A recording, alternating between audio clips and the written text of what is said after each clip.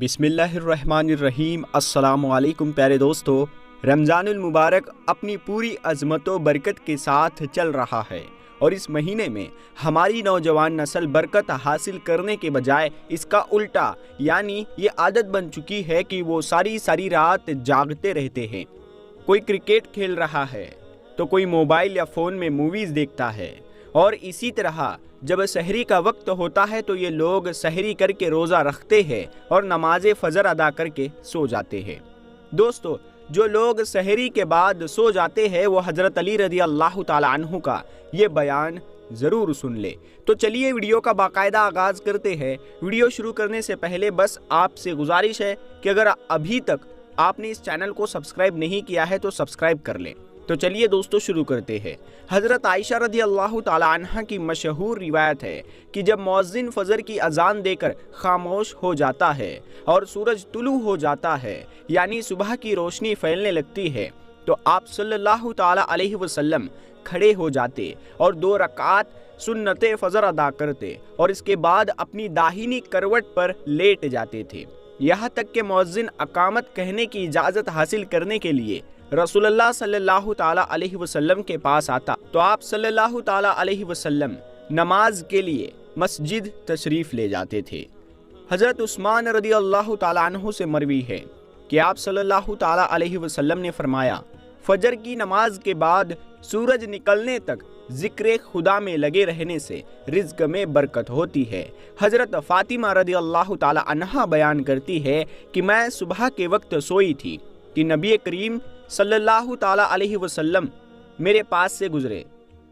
تو آپ صلی اللہ تعالی علیہ وسلم نے مجھے ہلایا اور فرمایا، بیٹی اٹھو اور اپنے رب کی طرف سے رزق کی تقسیم میں شامل ہو جاؤ اور لاپرواہ لوگوں کی عادت نہ اپناؤ۔ اللہ تعالیٰ صبح صادق سے لے کر سورج نکلنے تک لوگوں کا رزق تقسیم کرتا ہے۔ حضرت انس بن مالک رضی اللہ تعالی عنہ کی روایت ہے کہ رزق حاصل کرنے کے لیے صبح صادق سے سورج نکلنے تک مت سویا کرو۔ حضرت انس رضی اللہ تعالی عنہ سے اس کی وجہ پوچھی گئی تو فرمایا کہ اس وقت 70 مرتبہ تسبیح تکبیر و استغفار کرنے سے روزی میں برکت ہوتی ہے۔ حضرت علی رضی اللہ تعالی عنہ کی روایت ہے کہ زمین کی سطح پر کیے جانے والے 3 کاموں کی وجہ سے زمین اپنی تکلیف کا اظہار کرتی ہے۔ نمبر 1، کسی کا ناحق خون بہانے سے۔ نمبر 2، وہ غسل جو زنا جیسے برے کام کے بعد کیا جائے، اور نمبر 3، سورج نکلنے سے پہلے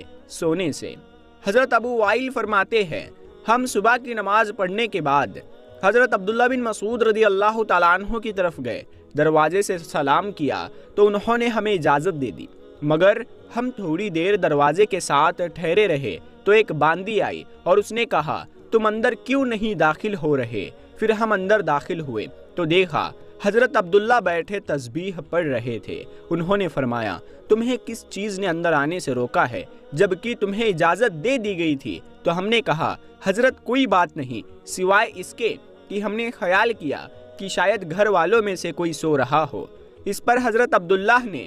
ارشاد فرمایا، تم نے ابن ام عبد کے گھر والوں کے بارے میں غفلت کا گمان کیا۔ راوی کہتے ہیں، پھر حضرت عبداللہ نے تسبیح پڑھنا شروع کر دی، یہاں تک کہ خیال ہوا کہ سورج نکل گیا ہے تو باندی سے فرمایا، دیکھو کیا سورج نکل آیا ہے؟ بہت سے روایتوں میں ہے کہ اللہ پاک صبح صادق سے لے کر سورج نکلنے تک مخلوق کے لیے رزق تقسیم کرتا ہے، یعنی وہ لوگ جو اس پورے وقت میں غافل رہتے ہیں یعنی سوئے رہتے ہیں وہ رزق کی برکت سے محروم ہو جاتے ہیں۔ اس حدیث سے معلوم ہوا کہ صبح صادق سے لے کر سورج نکلنے تک رزق کی تقسیم ہوتی ہے اور اس وقت سونا لاپرواہ لوگوں کا رویہ ہے۔ نبی کریم صلی اللہ تعالی علیہ وسلم اور صحابہ کرام رضی اللہ مجمعین کا طریقہ کار یہ تھا کہ جب وہ فجر کی نماز پڑھ لیتے تھے تو سورج کے نکلنے تک اپنی جگہ پر ہی بیٹھے رہتے تھے اور ذکر و اذکار میں لگے رہتے تھے۔ اس وقت ذکر الہی میں مصروف رہنے سے رزق میں برکت ہوتی ہے، اور ہمارے معاشرے میں راتوں کو جاگنا تو جیسے ٹرینڈ ہی بن گیا ہے۔ نوجوان نسل رات کو 3-3 4-4 بجے تک جاگتی رہتی ہے اور فیس بک، انسٹا، واٹس ایپ وغیرہ پہ اپنا وقت ضائع کرتے رہتے ہیں۔ اسی طرح ان کی صبح کی نماز بھی قضا ہو جاتی ہے اور یہ دوپہر کے 12 یا 1 بجے تک سوتے رہتے ہیں اور ان کے گھر میں بھی کوئی ایسا فرد نہیں ہوتا جو انہیں ایسا کرنے سے روکے۔ ہم آج کی ویڈیو میں آپ کو یہ بھی بتائیں گے کہ ایسے نوجوان کے بارے میں حضرت علی رضی اللہ تعالی عنہ نے کیا ارشاد فرمایا اور ان کی قسمت میں کیا کچھ لکھ دیا جاتا ہے جو ایسے حالات کی لپیٹ میں آ چکے ہیں۔ حضرت عبداللہ ابن عباس رضی اللہ تعالی عنہ سے مروی ہے کہ جو بھی انسان صبح کے وقت میں سویا رہتا ہے تو اس عمل کو اسلام نے سخت ناپسند قرار دیا ہے۔ یہ دوپہر کے علاوہ کسی بھی اور وقت میں مت سویا کرو جسے کہل اللہ کہا جاتا ہے اور اسے دوپہر کے وقت ہی ادا کیا جاتا ہے، اور یہ ہمارے پیارے نبی حضرت محمد صلی اللہ تعالی علیہ وسلم بھی کیا کرتے تھے۔ قیل اللہ وہ نہیں کہ انسان پیٹ بھر کر کھانا کھا کر سو جائے۔ قیل اللہ سے مراد وہ عمل ہے جس میں آپ نے کھانا کھایا ہے یا نہیں، بس تھوڑی دیر دوپہر کے وقت میں آرام کر لینا تاکہ آپ کا جو باقی کا دن ہے وہ صحیح سلامت گزرے، تر و تازہ گزرے اور دن کے باقی حصے میں آپ اپنے کاموں کو اچھی طرح سے کر سکے۔ حضرت علی رضی اللہ تعالی عنہ بیان کرتے ہیں کہ میں نے اللہ کے نبی صلی اللہ تعالی علیہ وسلم سے سنا تھا کہ کھانا کھا کر فوراً نہ سویا کرو،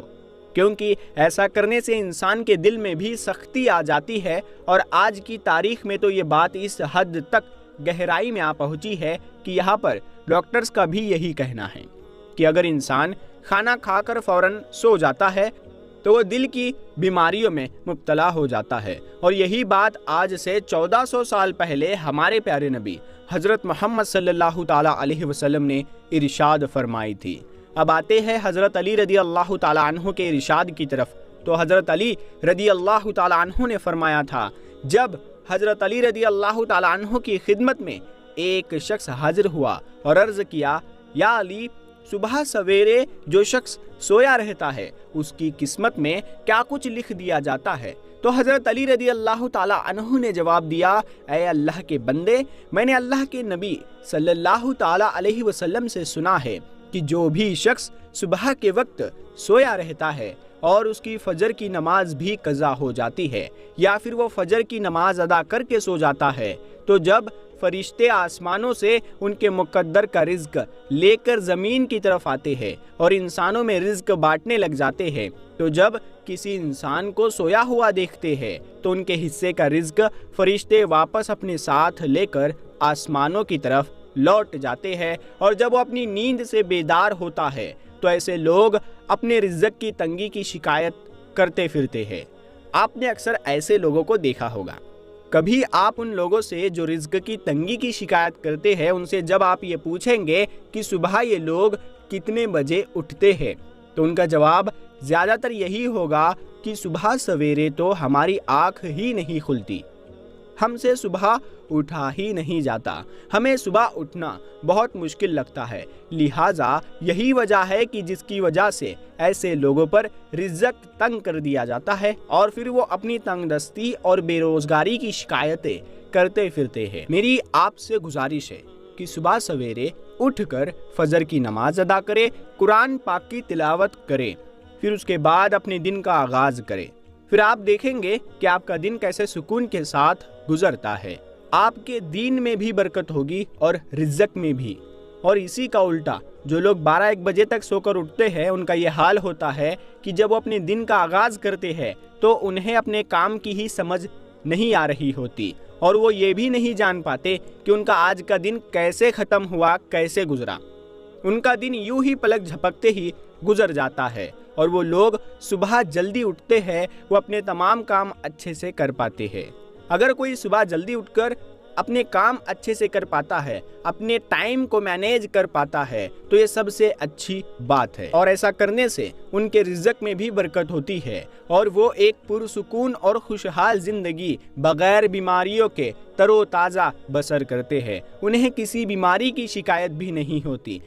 ہر شخص کو صبح فجر کے وقت اٹھنا چاہیے اور فجر کے وقت جو ٹھنڈی ہوائیں چلتی ہے ان کا مزہ لینا چاہیے، اور یہ ہمارے جسم کے لیے بھی بہت ہی ضروری ہے۔ اور جو صبح سویرے جو پہلی کرن، جو سورج کی پہلی کرن ہوتی ہے، جو نرم دھوپ جسے کہا جاتا ہے، تو اسے بھی اپنے جسم پر لینا ضروری ہے۔ پیارے دوستو، اللہ پاک سے دعا ہے کہ اللہ پاک ہمیں دین کی مکمل سمجھ نصیب فرمائے، آمین ثم آمین۔ دوستو، ویڈیو کیسی لگی آپ ہمیں کمنٹ میں ضرور بتائیے۔